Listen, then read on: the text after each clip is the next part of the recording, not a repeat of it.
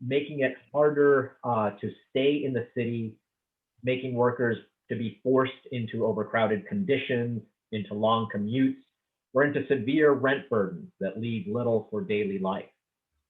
We believe at the Council of Community Housing Organizations that good jobs and good benefits and housing affordability and stability are all intertwined issues. That housing costs continue to rise and have risen much faster than wages. Any benefits that workers accrue are increasingly diverted to real estate investors. And we see gentrification and displacement pushing workers to the periphery of the region. Housing our workers is a response to the scarcity of housing that's affordable to workers, the people who have kept San Francisco running through the pandemic and the struggling economy. So with that, I want to introduce the folks who we've invited. Kimberly Tavaglione, Director of the San Francisco Labor Council, the first woman of color to head up the San Francisco Labor Council. Kim is a first-generation immigrant from South Korea, grounded in labor by her Italian grandfather, who was a third-generation Teamster who taught her about the power that labor can bring to the table. So welcome, Kim. Next, we have Davida. You want to wave. Davida is with Jobs with Justice. They're the campaign coordinator at Jobs with Justice San Francisco, where they primarily work on housing justice and local climate campaigns. Prior to Jobs with Justice, they were the lead steward at the American Federation of Teachers Graduate Teaching Fellows Federation and a researcher with Unite Here. Then we have John Doherty. Welcome, John. Is the business manager and financial secretary of the International Brotherhood of Electrical Workers, Local 6. John is a graduate of the University of California, Santa Barbara, and a first-generation Irish American born and raised in San Francisco. And last, we have Larry Lou Karumba, a housekeeping service worker who was furloughed from the San Francisco Marriott Marquis, where she worked as a housekeeper for 9 years. He is a committee leader of Unite Here Local 2. Larry Lou is a single Filipina mom of 3 kids and is a registered nurse in the Philippines.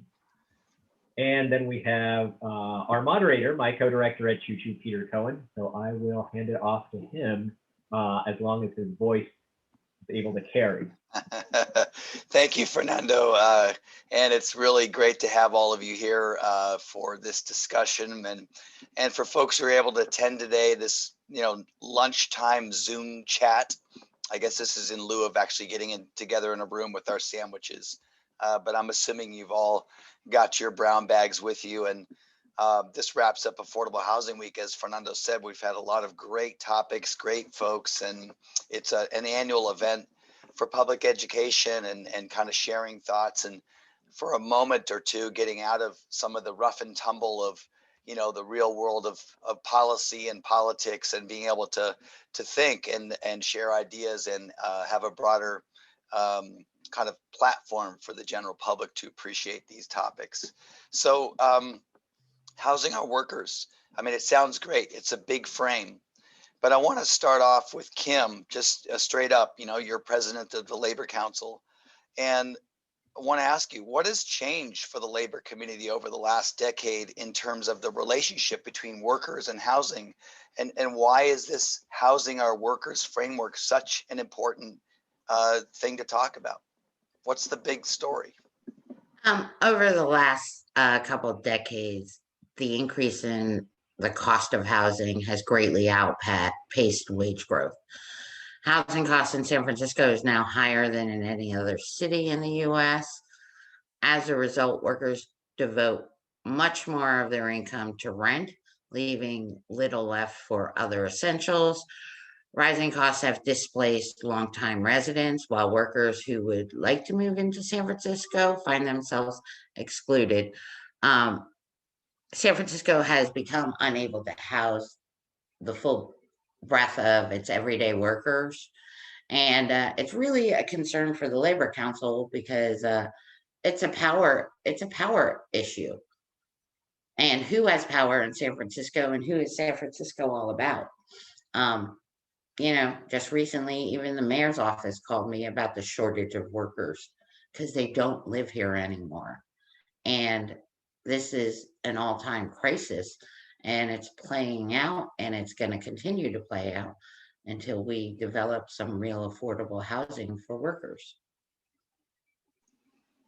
Great. Then that's really the basic bottom line. And I want to shift to Davida because we know there's a wide range of workers.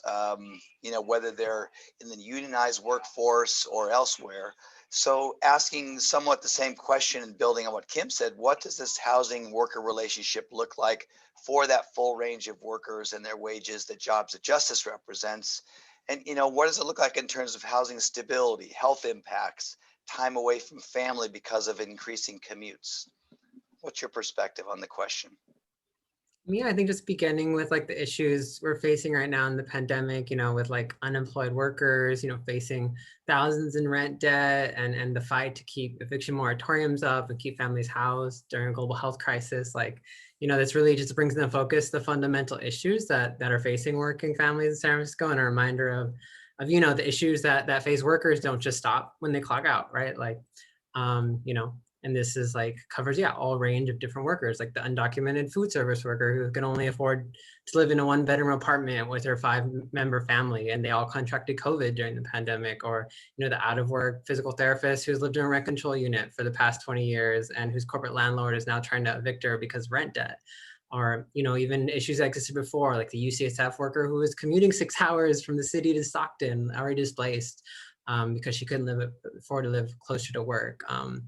And I think, the problem really isn't that the real estate market is broken. Like, speculators are still making profits. Land prices are still astronomically lucrative, even during a global economic crisis. Like, the problem is like, this is exactly how the real estate market is designed, is just protecting what exactly was designed to protect, right? And it wasn't built to really ensure that real people, that, working San Franciscans have actual agency and actual control over their futures as residents in this city. And I think that's why, yes, Jobs with Justice are really engaging with kind of our housing struggles from the perspective, like, how at the end of the day do we win campaigns where San Franciscans are more empowered, where workers actually have power and say over their living conditions as tenants or, as homeowners. Great. So I think between your remarks and Kim, it's, we understand the problem and the need for housing our workers and to get serious about it. Let me pause for a second, just make sure folks who are attending, we're going to be doing the last half an hour or so of the program with some questions from all of you.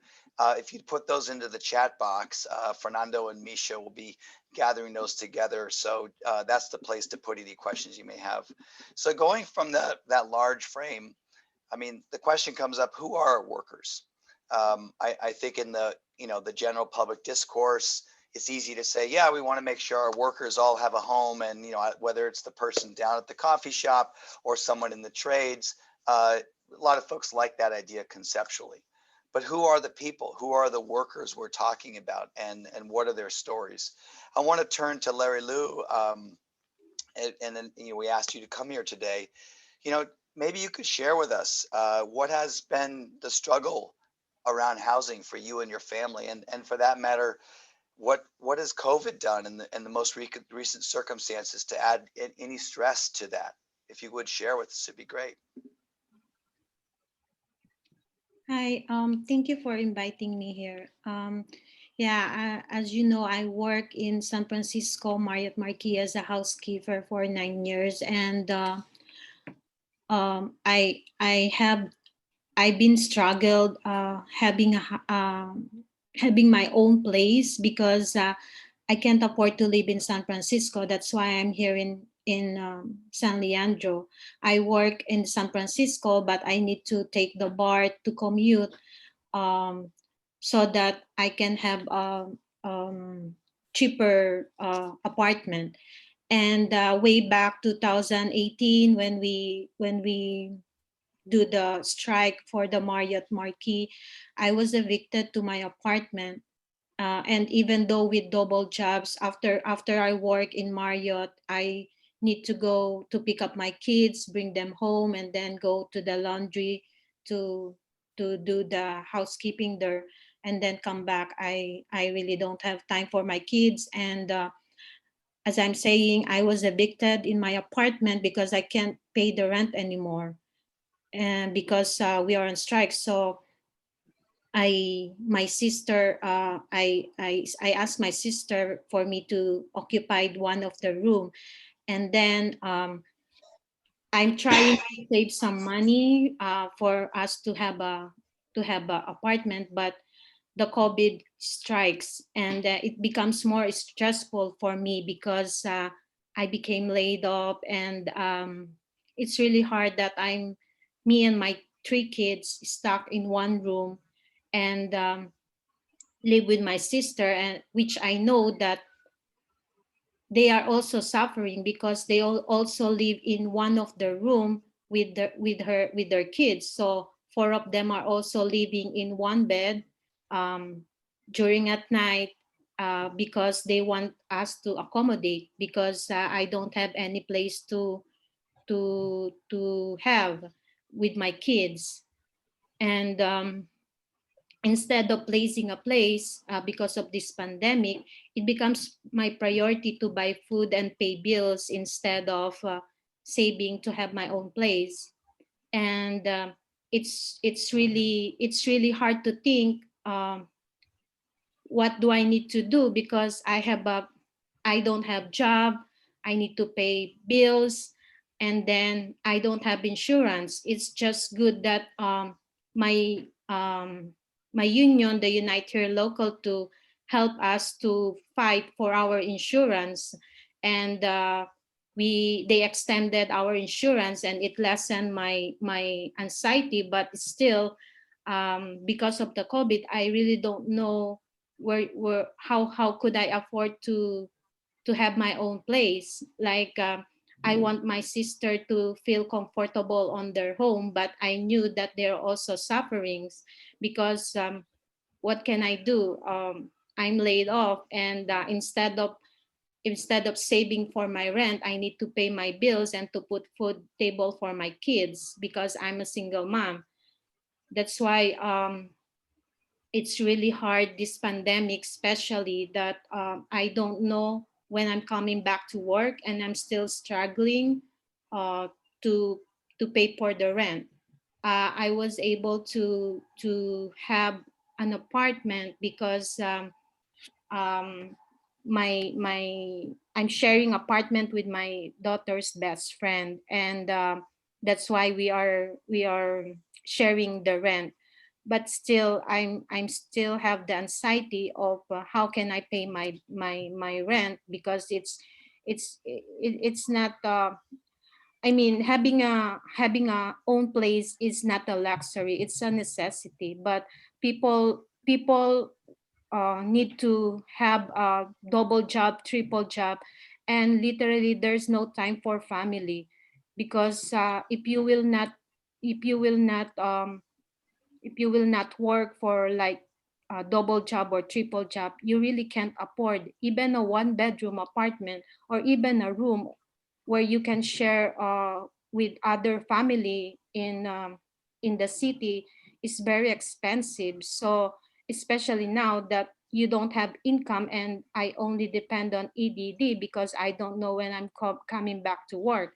It's really hard that I have 3 kids, and I need to pay the bills by my own, and then I still need to think where will I get the extra money um, that I need to, because I only have the EDD, and it's really not enough because instead of like if only the affordable housing or the apartment is not too expensive, I don't need to think how to pay everything, because it's really hard to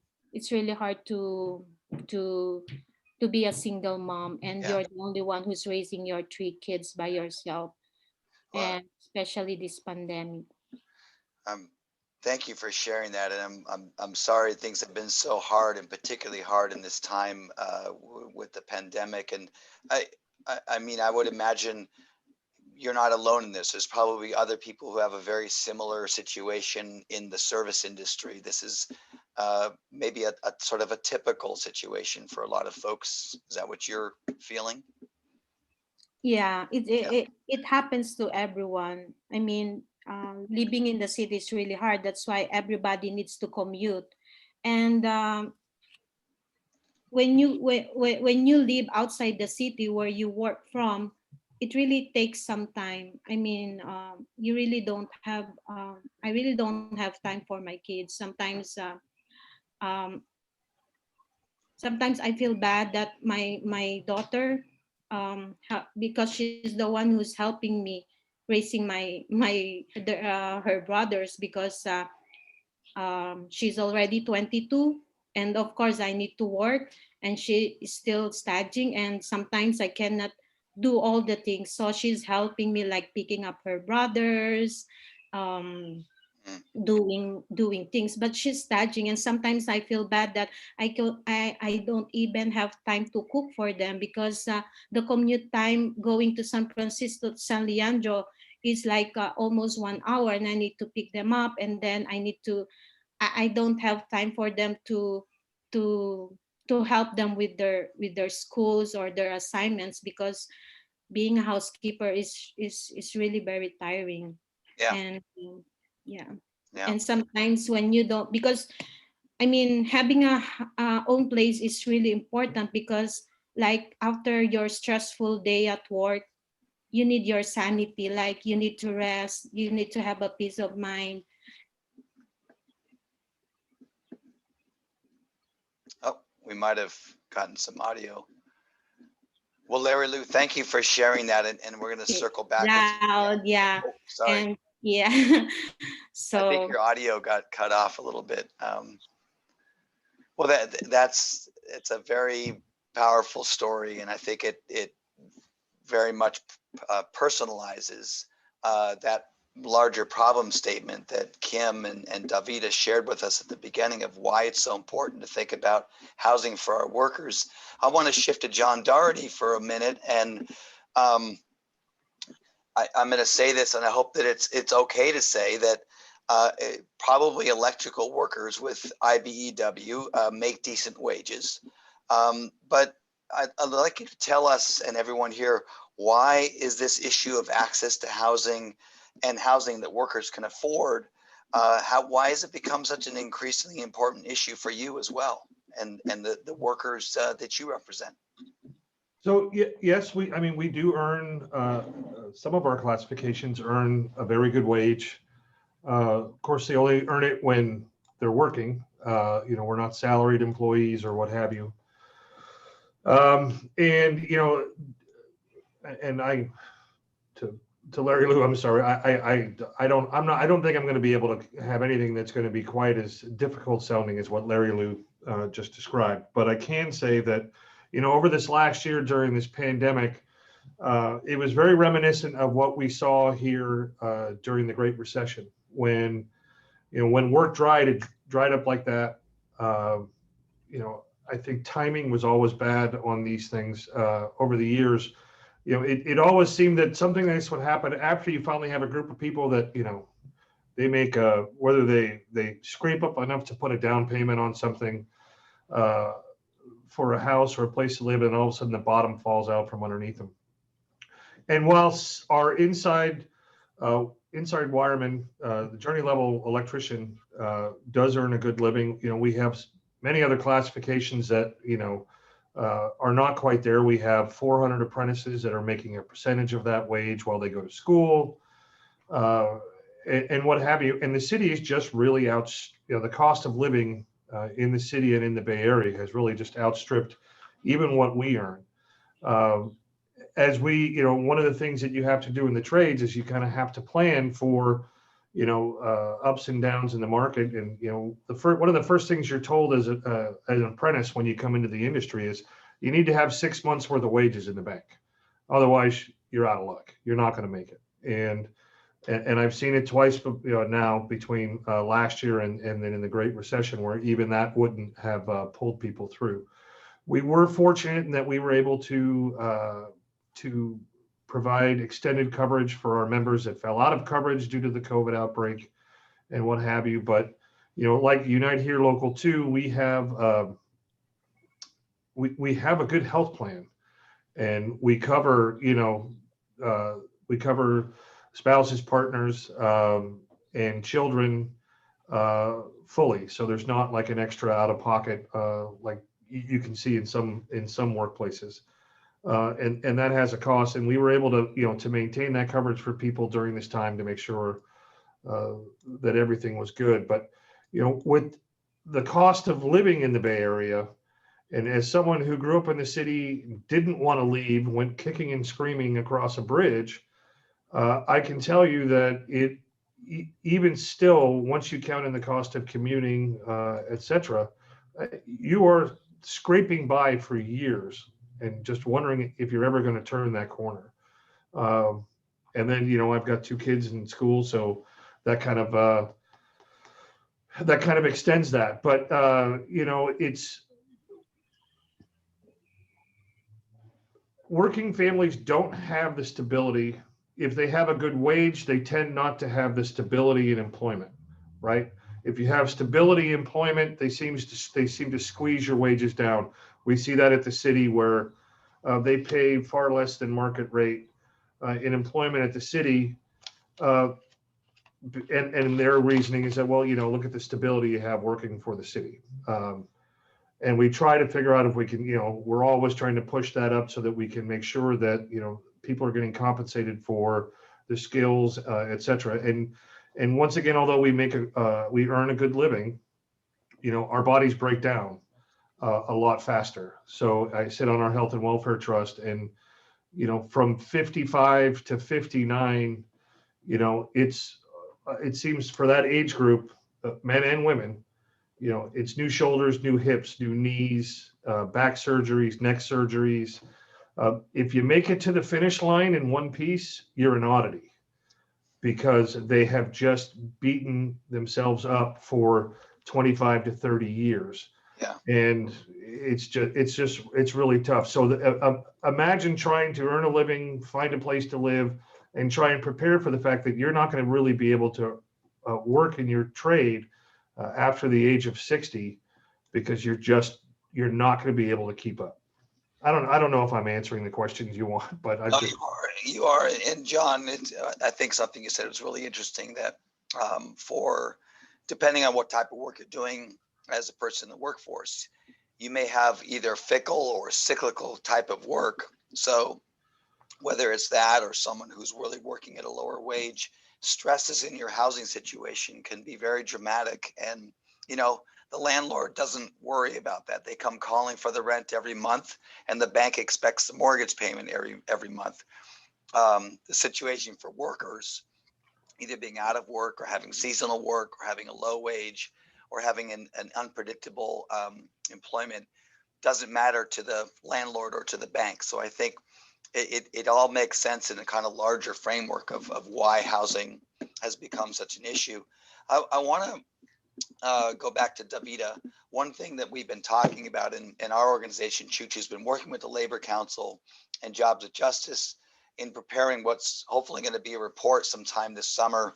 It really talks about housing our workers, some data analysis. John's union has been very helpful in that, and other unions, as well as many interviews. Larry Liu had a beautiful interview, and we've talked to several other folks. So really, taking the conversation here today and amplifying it. But one of the things we've talked a lot about, Davida, is that we don't want this to come across as workers are just victims, if you will, of the real estate market. On the one hand, this is a stress that is caused by the way the real estate market operates. On the other hand, we have to do something about it. So the sense of agency, how do workers stand up and push back on this? How do they take care of themselves, and how do they organize? So I want to ask you, in the face of these difficulties that we've heard about, how do workers express their agency and their fights and take their skills in organizing from the labor movement in their struggles to transform the situation around housing? What is the opportunity here to use that agency?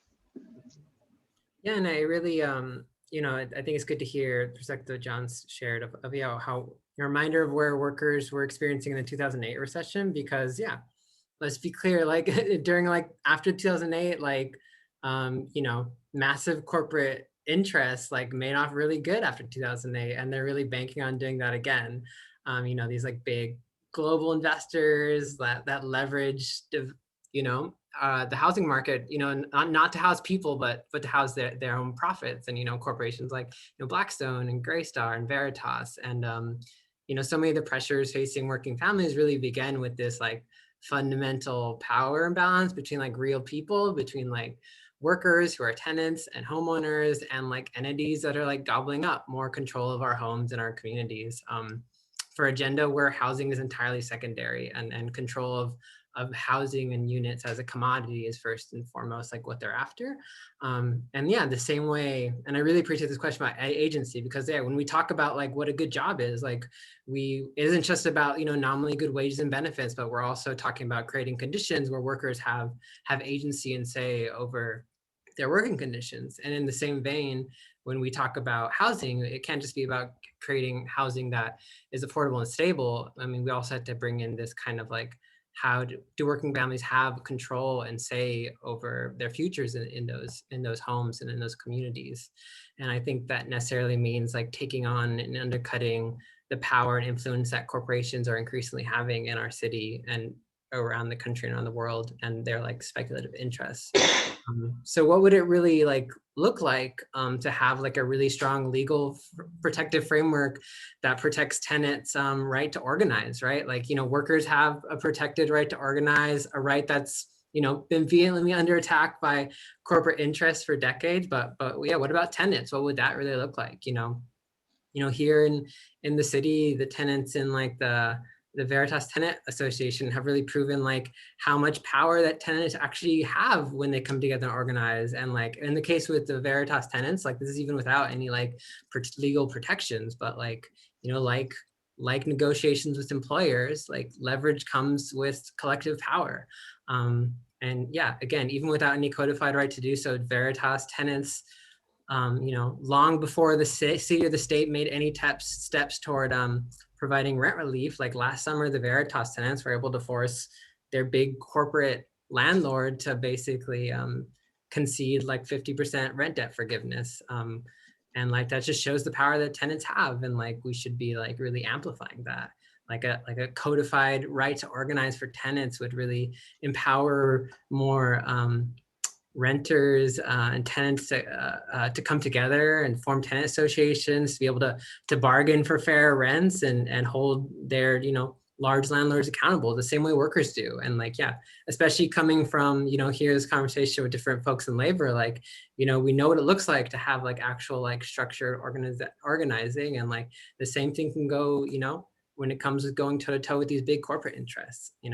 Workers, just like workers have power that is like curtailed and restrained, in the same way tenants have collective power, but we just need to be setting up that kind of infrastructure to really support those organizing efforts. Great. Okay, and we're going to come back to some thoughts on how to continue moving forward towards solutions through these kinds of organizing efforts and coalition building. I want to come back to you on that, but I want to for a moment try to put these together. So we have I think a pretty clear problem statement about the need to get serious about housing for workers at all income levels. We've got lots of stories. We understand that there's no one single story about workers, and we're not going to try to pit workers against each other depending on where they are in the economic spectrum, because we're realizing that workers as a whole are being left behind.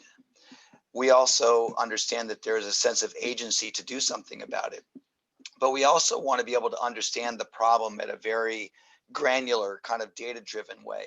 And I want to introduce for a moment this concept of a jobs housing fit. And then I'm going to ask Kim to talk a little bit about how the Labor Council has been very invested in this. We're thinking about, well, okay, so let's say there's all these workers, whether they're IBEW workers or whether they're folks who local 2 or elsewhere. They all need housing. They can only afford so much. But how do we know what they can afford? How do we know what kind of housing needs to be provided to house our workforce? Well, there's a relatively simple analytical framework we can use called jobs housing fit.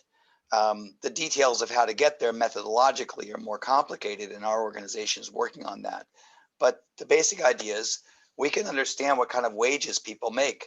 You know, depending on what particular sector you're in or what classification you have, we understand wages. We can make certain assumptions about household composition and therefore the spending power of folks in the labor community, depending on, you know, irrespective of what kind of worker they are. We can translate that into how much should they be able to pay for housing, whether it's a mortgage or whether it's their rent. There are some standards about how much of your income you really should be paying toward your housing costs. It's fairly typical.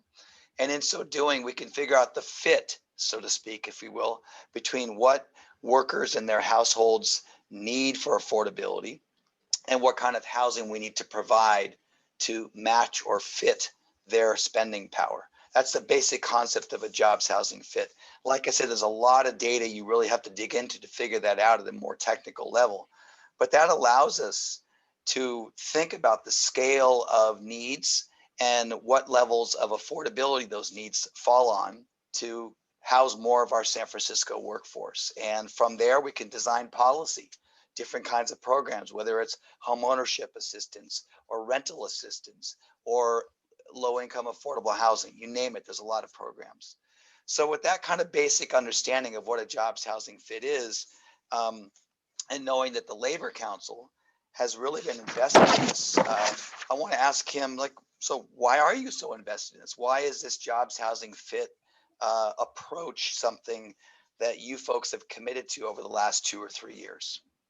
In one word, power. Our base has always been our members who have lived in San Francisco. You know, our power is not vested in one person. It's not the head of the Labor Council. It's in our members who live in San Francisco, vote in San Francisco, spend their dollars in San Francisco. That's the basis of our power. It's been declining over past few years. So what we did last year was the Labor Council invested with Clout, Choo Choo, Jobs with Justice, and UC Berkeley Labor Center, and did a report on housing.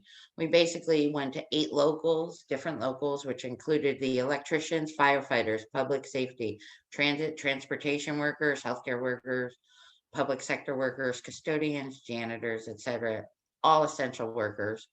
We came up with the fact, and we took all the data through the Berkeley Labor Center and came up with an analysis that on average, the median income for union workers was $65,416, which is only 73% of AMI, which was rather surprising because we thought we were doing better, but we actually are not doing much better than a lot of people. And when you compare that to the current housing market, we figured out that only 6% of individual workers could afford market rate rents for a 1-bedroom, right? While fewer than 20% of families could afford a 2-bedroom. Mind you, that's like with dual incomes and extra money and all that stuff, multiple jobs. While low-income households are most affected by the housing crisis, nearly all the occupations experienced housing problems and face the affordability gap. Over 50% of the workers do not live in San Francisco. That is where our power diminishes. And many face long commutes, so therefore spend less time in the city doing our things like our political programs and stuff, because they need to get back home, take care of their families, stuff like that. And perhaps one of the most surprising things is that all the worker studies qualify for some form of housing assistance. Despite meeting the eligibility requirements, too few can access affordable housing due to insufficient funding and just no room at the inn, really, to put it lightly. So those were our conclusions, and we're continuing to pull together even more data from more unions to really solidify this. But we're hoping that we can use all this data to bring it together and really put forth with our allies a really strong housing policy to preserve power for everyday working families in that sense, and really put our data forward and challenge the leaders of the city to contradict us, because we know what our members, we know what Mary Lou is going through. We know what our workers are going through. We know that they've left the city. And as I keep on saying to folks, the city cannot be a city for the rich and shameless. It can't function that way. And they can't just expect for all this labor to just fly in from wherever and then leave at the end of the day. The city will not work that way. We know the restaurants are having a crisis. All the small businesses are having crisis because there are no workers left in the city, and people will not come to the city for minimum wage jobs. We know that because they can get those minimum wage jobs where they live. So there is an absence of real housing policy. There is an absence of, affordability, and how all these problems come together in a real housing policy. We hope to help lead with that with all of our allies, such as you. That's great. And I mean, the early results of that jobs housing fit analysis are very sobering when you said that, irrespective of the job classification and the particular, workforce sector, such a small percentage of worker households can really afford the cost of housing today. I mean, that's sobering and calls for action. It is, of course, important to do all that data work to strengthen the case. But I think you're right. I mean, it from your gut, and you've seen enough of these stories, Larry Lewis and others. You don't really need a data report to tell you, but we do need that to reinforce the policy approach. So I want to shift now to thoughts from all of you on how do we lead towards solutions. They're not looking here for tell me the policy that's going to fit. There's a whole menu of things, and we can really nerd out on that at some point. But I want to get a sense from you folks in the kind of labor and community of how we get there. And I want to start with John, and just asking you for your workers, IBEW, but kind of maybe the trades generally. How do you see workers as you folks are starting to internalize this housing stress? How do you see workers increasingly showing up to advocate for more housing opportunities and housing security? Well, obviously, I think if they know that there's an opportunity they can live there, then they're gonna, it's either, if I'm gonna be able to live there, or I'm at least gonna get a chance to earn a paycheck on it. Those are generally two big motivators for the trade, because that's pretty much what we have. You got either what's going out in my monthly outlay for housing, or what's coming in. And it's funny because if you look at where we land on the spectrum, we're down here somewhere in the middle, right? We agree that we overlap with the folks on the side that, we just need to just produce a ton more housing, period. Because we build things for a living. But then there's the flip side of it is, we need to make sure that somehow there's going to be a protection for our workers as well. There was a question there in the chat, how do we balance that? I don't know what the answer is. I know we get blamed for everything. Labor gets blamed for, building trades get blamed for the cost of housing, et cetera, et cetera. We're 15%. Enough studies have been done. We're not the cost that is driving these things out of control. And sometimes I don't even know how much of it is fully the developers, as much as the speculators are along the way that'll marshal it through an entitlement process and do nothing other than push paper. And then when it's an approved project, they push it off. But generally, we're dealing with responsible developers that understand the importance of paying a living wage for the area. And although it's market rate housing, somehow we're getting blamed for it. What I think is, although it's been noted a little bit lately in the news, you know, there's always a force complaining about market rate housing. There's a force complaining about on the far right that's complaining about organized labor. Who the hell is taking on the lumber industry when a sheet of plywood's going for $60, right? When you can't get your material.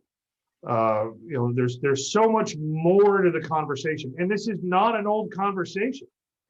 I mean, I'm sorry, I look distracted. My wife sent me a text telling me to look like I'm paying attention, and I've been listening all along. But I found during our last round of city negotiations, I found an old piece from Ira Cross. If any of you know him, Ira Cross was a famed economist out of Berkeley. And the title of what he wrote was a justification for a raise in the building trades, because at the time you had to go in front of a wage council.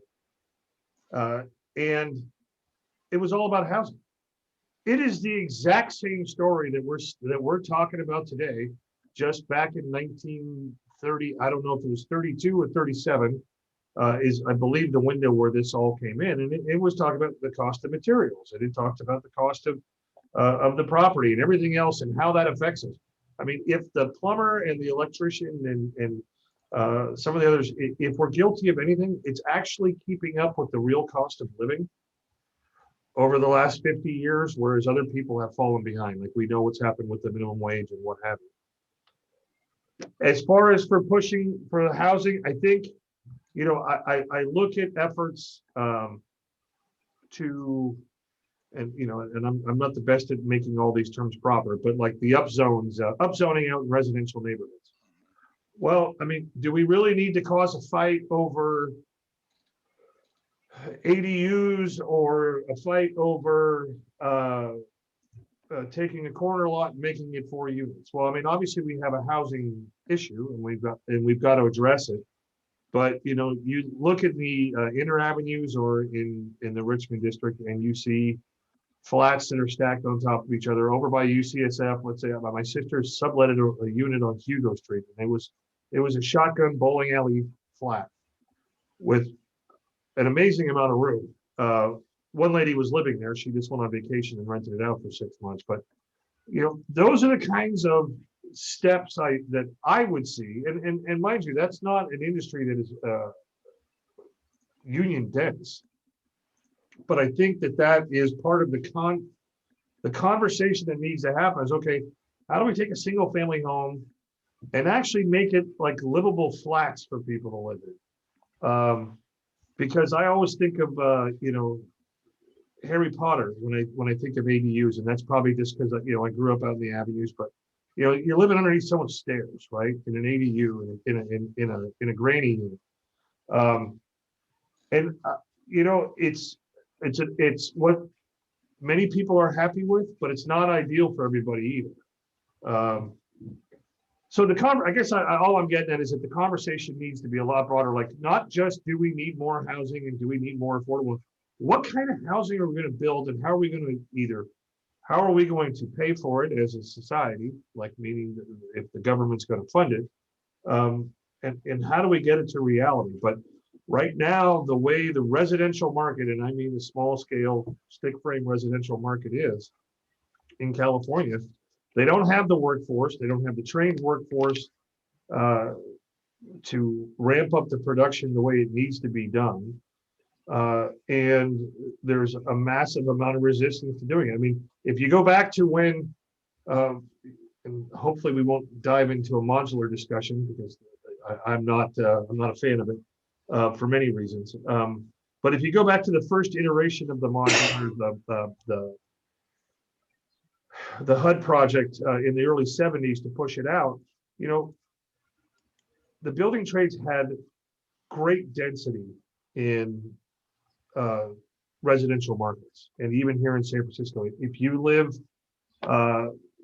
almost anywhere in town, if the place is still fairly original, you go down and you'll look at that permit by your electrical meter.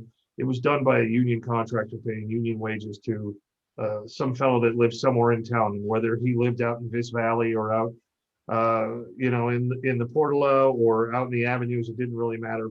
They were generally local folks, and all that seems to have gotten lost. So if, and this is part of why I participated in this conversation, and I mean, it was Connie Ford, twisting my arm a little bit, but I do think that, and I know she's on her, so Connie, I love you, sweetheart. You did kind of like make sure that I wasn't going to say no, but it's we need to be part of the balance, because the experience of my members, there are some similarities with what Larry Lou described earlier, but there's other issues that that we can add insight to, that we should be part of the discussions. And that's why I agreed to sit on this panel. That's why I agreed to participate in the program when Connie first brought it up. And I just hope that we can get there someday. Yeah, and John, and thank you for being here. These are all small but important steps of you participating in the conversation, you being folks from labor community. But you said something I think is important about the nuances of what type of housing do we need and for whom. And those are the very entry level questions that actually make a big difference in designing policy that actually fits, as I use that word, that fits the needs of workers, as opposed to housing as a generic thing. So I think you're already moving in a direction that starts to shape the conversation. And I want to shift to Larry Lou. I'm losing my voice again, but so Larry Lou, similar question to you. How do you see workers, in your sector and folks that you engage with in the workforce? How are you folks showing up and trying to advocate for more housing opportunities? I realize you're really trying to focus on your family and just on your wages, but how have you and how do you see an opportunity to be proactive in organizing and advocating for something to change? Any thoughts you could share with us? Yeah, me and the other workers really want to advocate with this, because we want the change. We want to have our own place, and we want to have more time with our family. And it's not only like you just work and work and work, and then at least at the end of the day, after you work, you have your family, you will have time for your family because you have your own place. And I see that people wants that change, that, like what I'm always saying, having a house or having a place of your own is not a luxury. It's a necessity. It's like I don't want to buy a big house. I just want a house that I can afford, where I can live only with my kids, being only as a family, and not being in a house crowded. Like, would you um, imagining that you live in a house and 3 families are in one house? I mean, we have all our own differences, and we have all our own moods. So when you live in one house with different families, it's really hard. It takes a lot of patience, and it takes a lot of you need to like care about what, especially like I live with my sister. When I live with my sister, I always need to think what their moods or what they need to think, because I want them to feel good that we are not there like as a burden to them. And we want to have I see a lot of people wants to advocate to have their own house, because we want to experience having our own place. And they knew that by being together and having an advocate to this, we will have a power to make a change, because our voice would be heard if we are all together. And I knew what I understand what you are all talking about how about it's not only about the labors, about who's who. I know that we need a lot of talking, because when I moved here way back 10 years ago, the apartment of a cost is only 900, and now it's 2200. I mean, that kind of affordability is what we really need, because not everybody can afford that. That's why everybody wants to advocate this, and we are really trying our hard to participate, to make a change, and to have the workers to have an affordable house for all of us, and not only those who have high paying salaries can have their own place. Yeah, that's great. And I mean, I think, the advantage the labor community has is you folks know how to organize. So, this is where connecting, the worker experience and the organizing skill to the issue of housing becomes very powerful. And, Kim used the word power, and I think John used the word power. Lara Lou's using the word power. You folks understand what power means, because the labor community has had to fight for wage standards for decades. So, as the issue of housing becomes more clear analytically, but also as people experience that housing is an important issue as a worker, you've got a head start in many respects of knowing how to advocate and get the things that you need. I want to shift to Davida and ask you a somewhat similar question from the standpoint of Jobs with Justice as sort of an organizing intermediary or representation, but putting it into the current context. I mean, we're knock on wood, coming out of a pandemic. The economy is gonna come back. We're gonna recover, but that recovery process isn't gonna happen by magic. I mean, there's gonna be a lot of hard work to get people back to work and to get people's lives back together, and hopefully not just to get back to where we were, but somehow to advance and learn from what COVID taught us about who's vulnerable, what kinds of risks do we have, and how do we not repeat those mistakes. So I'm curious if you have any thoughts on how to anticipate and plan for the issue of housing and housing advocacy for the labor community as we recover and come out of this economic impact from COVID. Mhm. Yeah, and I think, yeah, as we, talking about like having this conversation, one about like different, types of housing, and part of that is also in terms of like housing and like what is it? There's also like who owns the housing and for what ultimate purpose, right? And I think Larry was really highlighting like, yeah, for workers and working family, like a house is a place to raise a family, to have a future and to be able to rely on for many years. And the other hand, there are these big corporations that just see, these buildings as something to speculate on and profit off of. And looking back again at 2008, like, yes, a long road to recovery after that crisis. And corporations capitalized on that, and these giant hedge funds capitalized that. And I'm now, the Veritas example, Veritas in San Francisco, like they have over 5,000 renters call Veritas their landlord, and they're increasingly growing and their control. And it's no secret now that, these same corporations have billions in just cash assets just waiting to capitalize on this crisis and profit off of it, just like they did after 2008.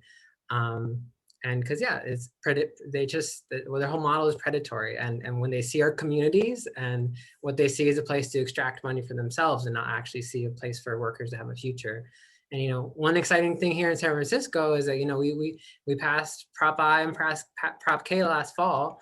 And, San Francisco said, yes, let's set up this fund to create long-term, permanently affordable social housing, and let's raise revenue by taxing, profits from the most high-end real estate sales, because those are the type of transactions that are driving up land prices to begin with, and make it so unaffordable for working families. And, with the Prop I money, with that money, that's, we have a chance to really be like championing like more decommodified forms of housing that aren't based on speculation and what they look like.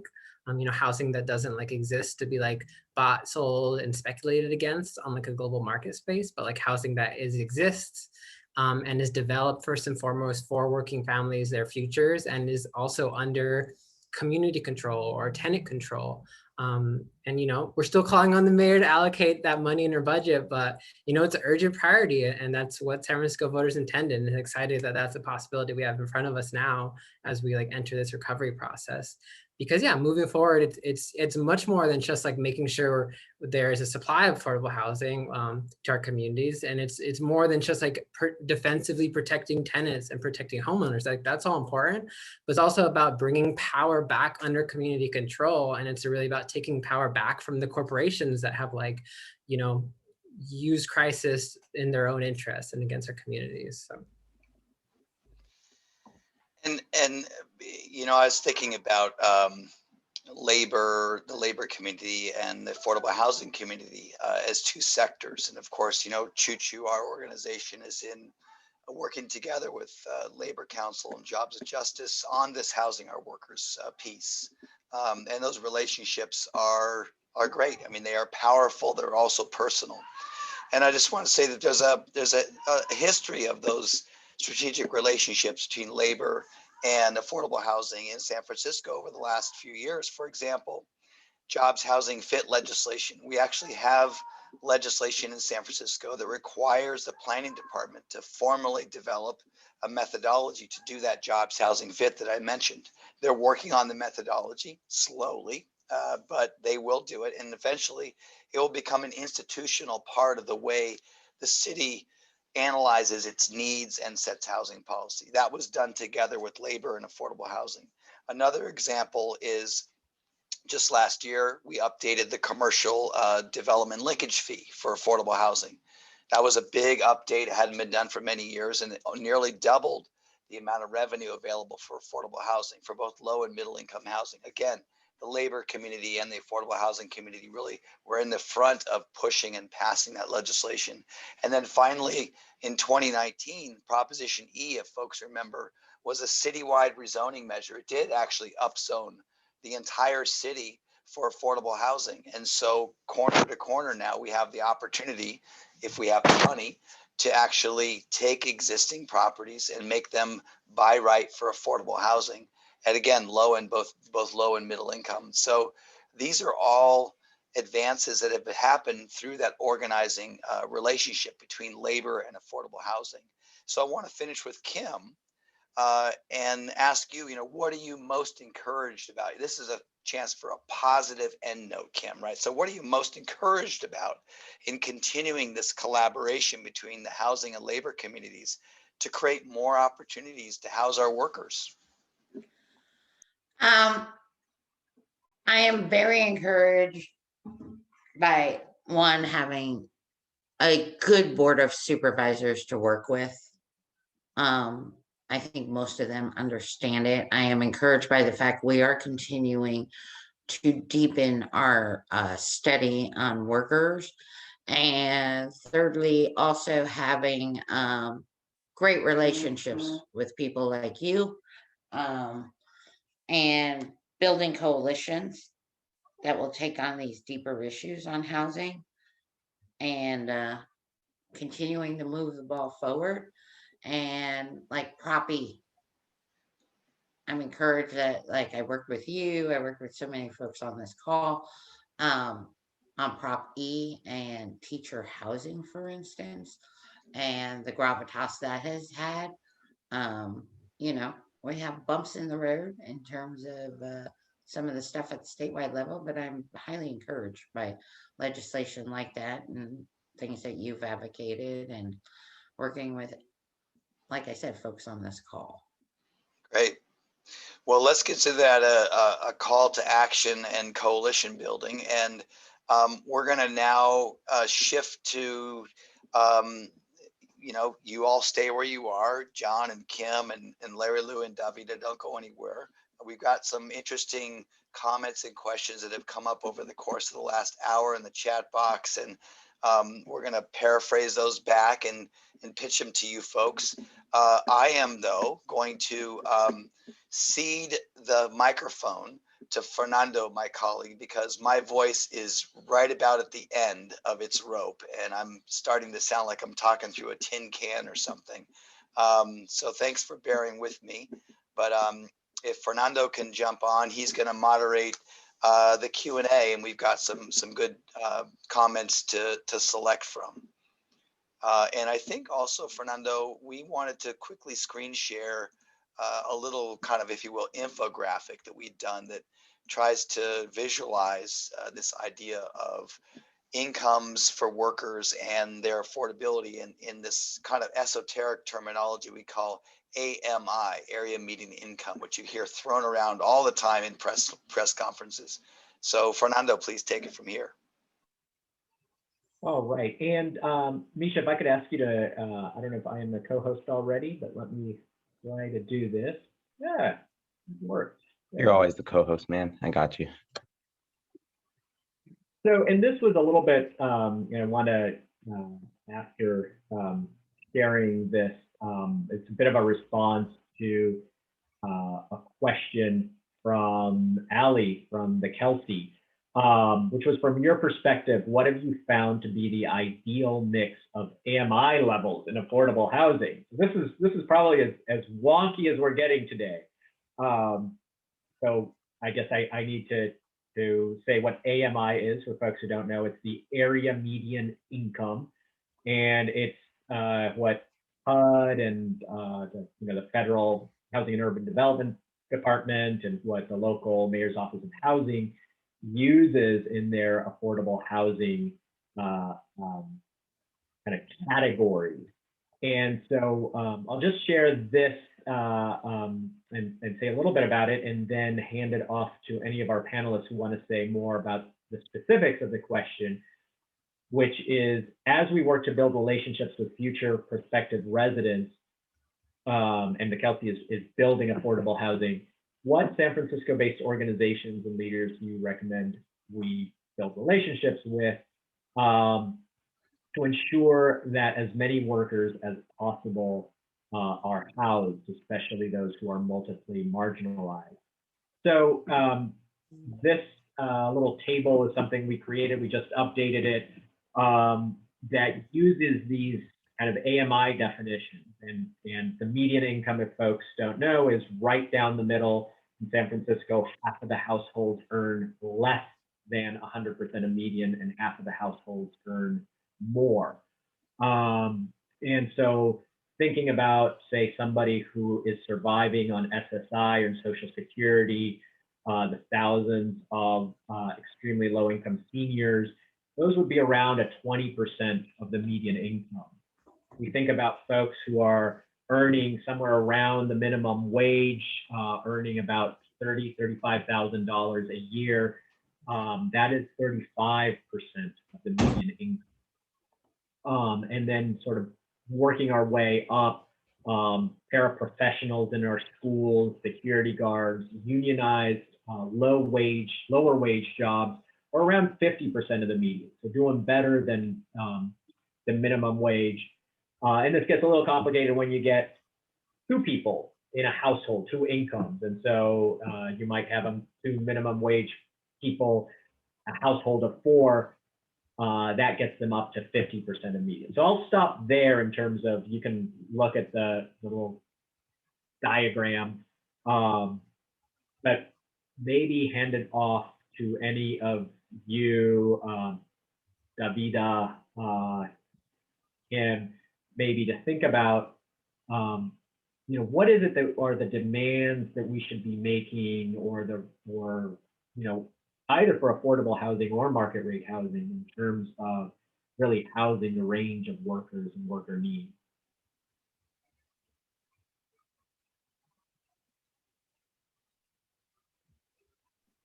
That's directed at me first. Sure. I mean, ultimately, I think, yeah, it still gets back to the question of like how much agency and power, people have in that housing, and in the same way, like you can have a great, great wage job, but if you don't have any say in your working conditions, or have any, say in changing those work conditions. You don't have a right to organize and join a union. Like, the quality of that job is questionable, right? And the same for housing. I think, yeah, we need to be, and alongside, so maybe direct a question somewhere, someone else, but alongside like advocating for like more housing across the different AMI levels, but also making sure that there is also the structure in place that people in this housing have the say and power over their future in this housing as well.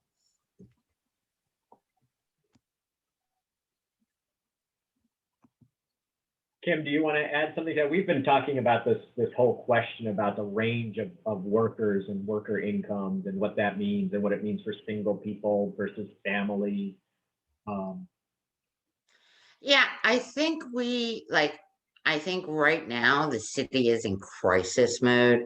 I think we need to focus on some of the lower end and have a mix of housing, multiple bedrooms, family housing, that really needs to be there. Like I said, the small businesses I know are in crisis right now. And our unions are in crisis now, and we also need that housing. I think market rate housing is absolutely not the way to go. I think what you have on there right now is the mix that we need. I think we need to really push this as policy and push the city. They have a little bit of money right now, and I think like investing in this housing structure, having the unions build this type of housing is more critical than ever if we are to get out of the current crisis we're in. Did I answer your question? I think so, and maybe I'll just to jump into maybe some more a controversial question. So just to spice it up a bit, given that you just said what you just said, Kim, Tomasita wrote, as long as the majority of new housing being built is mostly market rate, it seems like the affordable housing crisis will not be solved. What about a moratorium on new market rate housing until there is an adequate supply of affordable housing? What are the chances to require a much higher percentage of affordable housing in any new building? And so I know this gets a lot into, what is being developed in the city versus what are the real needs. So maybe Kim or John, let me start with Kim because you already said something along those lines, and then we'll pass it to John. I'd have to come back to you and meet with all my siblings in the Labor Council, of course. But like I said, there's a lot of vacant market rate housing right now. We know that. The city knows that. There is a lot of market rate housing out there. In terms of building, that's not what needs to be built. I can't say, there needs to be a moratorium. I mean, I also have people out of work who could actually use the work if it is union built and it's built with union wages and stuff. But I think we should really push the city to help make that affordable housing a higher rate in these buildings, better than they have been doing. Like I said, like the teacher housing thing, we know it passed by the voters support it. So maybe that is the model that we need to push and tell them if they want to come and build here, which they do, this is what they need to build. It's possible. There's just got to be a political will to do it. And this is where I challenge our elected leaders. Do you have the courage and the will to build truly affordable housing that is union built? I think the answer is yes, and we need to get them there if they're not. And we know the ones who are. And we're currently talking to all of them about that. So I'll unsurprisingly take a slightly different position than Kim. I think that I mean, to be honest with you, if you were to ask the building trades what they thought, 12 years ago, and then 6 years ago, and then last year and today, it's always about where are we in the cycle, and what are we building in the cycle, and what are the complaints or constraints, right? So when the housing market's on the upswing, and let's face it, it's a roller coaster. Our roller coaster in San Francisco isn't as bad as they've seen up in, let's say, in Calgary or Vancouver. Probably more like it. But anyways, it's gone up and down. For us, it would always seem to us to make more sense that it's more of a consistent counter-cyclical production model for affordable housing. If it's strictly just affordable housing being constructed, and then if it's part of an inclusionary mix, then you're following the market. As far as moratoriums go, as someone who, my dad was an Irish immigrant. He was a tunnelman for many years, but then he learned his carpentry skills as a tunnelman, became a general contractor, built 4 units on Sutter Street, a set of flats over by General Hospital or whatever, just kind of spec building and selling it and trying to feed 8 kids. If you put in a moratorium, all I can think about is Prop M and the cost that had on working families and the way it rippled through the city. When they put a moratorium on office towers, there probably was a better plan that could have been enacted. But instead, that's what happened. So we have extremely high cost per square foot on commercial space as a result. And because of that, you draw in high dollar people who then pay high dollar salaries. And it's just kind of a cavalcading mess. It also led to when you read through, depending on, there was a report, I think that not a report, was it the 2070? I just did a skim on it.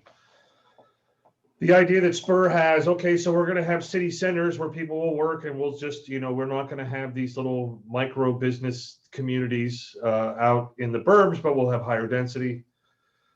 Well, what ended up happening? Okay, so I can't I've got a piece of dirt in the financial district and I can't build an office building on it. What am I going to do? Well, I'm going to slap high-rise condos and go as high as I can.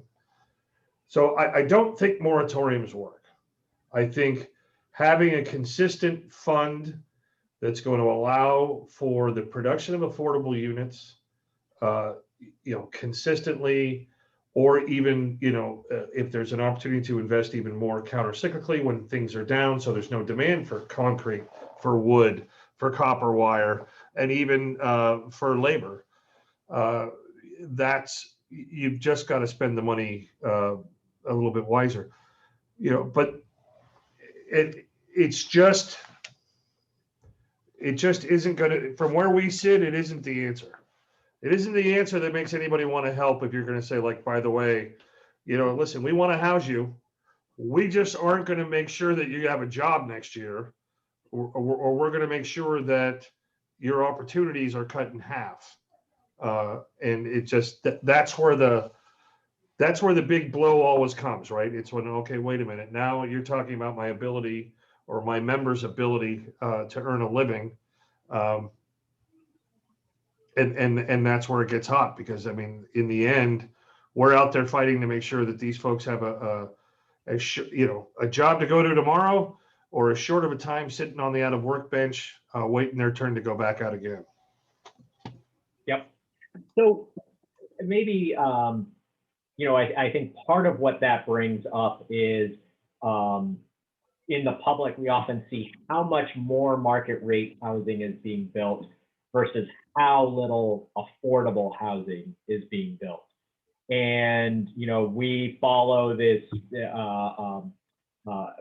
regional needs assessment that says the city should really be building about 60% of the housing that gets built should be built as affordable housing if we were to meet the actual need. And something similar came up in that jobs housing fit report that Peter mentioned earlier. And in reality, the city builds about 30% of all the housing or less as affordable housing, which means that we're building about half of what we should be building every year, which also means that whenever there is a unit that opens up, there might be 100 or 200 people on the waiting list for that one unit that has gotten built of affordable housing. So maybe I could ask Laurie Lou to talk a little bit about her experience being on those waiting lists, because I think until we resolve the question of getting affordable housing to the scale that it needs to be, it's going to continue to be the scarce resource that folks are going to be, have a really hard time getting into, and it is literally winning the lottery to get into those scarce units.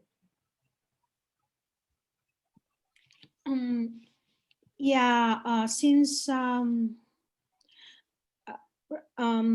I already applied 3 times, because every time I see there's always a low-cost housing, my friends tell me, or my coworker tell me, oh, there's a affordable housing or low-cost housing, why don't you apply? You're a single mom of 3 kids. So right away I go to the office, apply before they build it.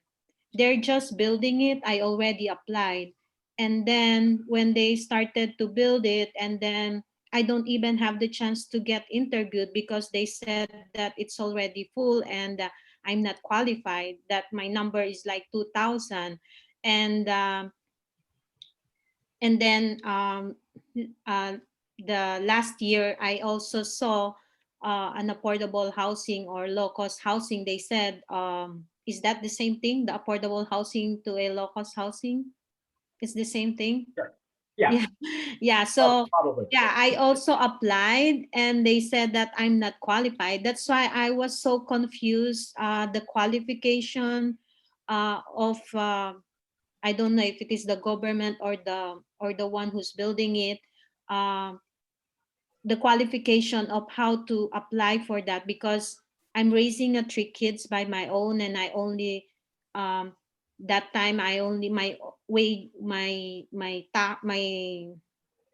tax return is 45,000 a year, and I don't know why some people was able to apply there, which is even have a higher salary than me.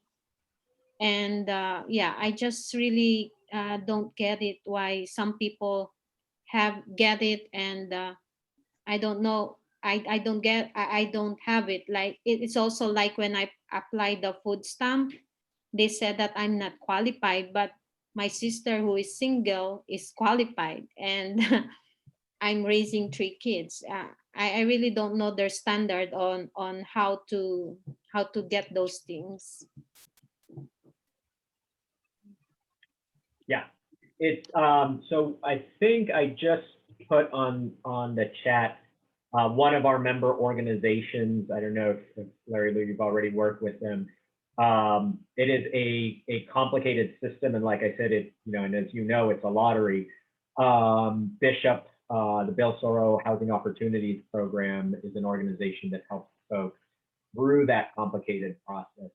But even there, it's again, it's a question of the scarcity that we're facing. So it's Can I add something, Fernando? Yeah. Please. So I just want to add, like, when I say power for unions, we know that in this moment, people are very pro-union. But even going back like 10 years ago, people weren't so pro-union. And we know that the people who moved into the city were anti-union. As more and more workers get displaced in the city, if we continue on this market rate housing, the people who move in the city no longer associate with unions as workers get chased out. So our ability to maintain wages, healthcare, pension, all the stuff that, we believe all workers should have will diminish also. And we will get smaller and smaller crumbs as that happens. So as the rich and shameless move in, they really don't care about whether the housing is built union. They don't care if the city workers are unionized. They don't care. They just have an expectation. And in fact, some of them downright actually believe that everyone should work for less anyway. Thus, they came up with Prop 22. So, as we tend to hold on to our previous models of how the world works, they keep on building better models for all of us to work for less, like the Prop 22s, like all this stuff. And it becomes, as time goes on, as the city moves on, we will lose our base, which is essentially our educator, and lose all power in the city. So then we lose union density in the city, and we lose ability to control over projects. That's my fear. So I just want people to understand, like, I see the power structure. I see the .com growth of power and money into politics. And it's a dangerous situation we're getting into. And they don't really see a need. And I feel like we are moving closer to the Saudi Arabia thing, where it's like, oh, we'll just import all the workers to work for way less, task rabbit and all that stuff. We don't care if it's built union. In fact, we'll make more money if we do. Like, this is the mindset. It's maximization of profit. And if we do not hold on to our union density, all is lost. Because I feel like we have a general ability and basic principles of all of us on this call, to know that we need the union density living in the city as they move out, as they get pushed out and all that stuff. So the power dynamic is really important for all of us to really understand where the city's going, where the money's coming from in politics, and we really have to start exerting our power now more than ever, because if we don't, we will lose it all. It's diminishing returns. Yep. And so much of our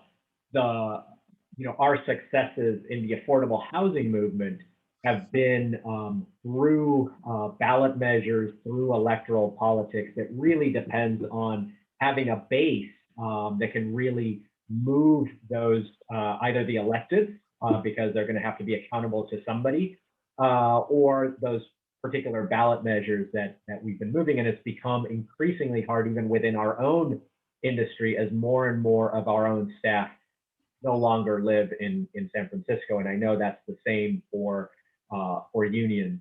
One of the things that we've talked about is really the need to really scale up what affordable housing is and to have that commitment from our city.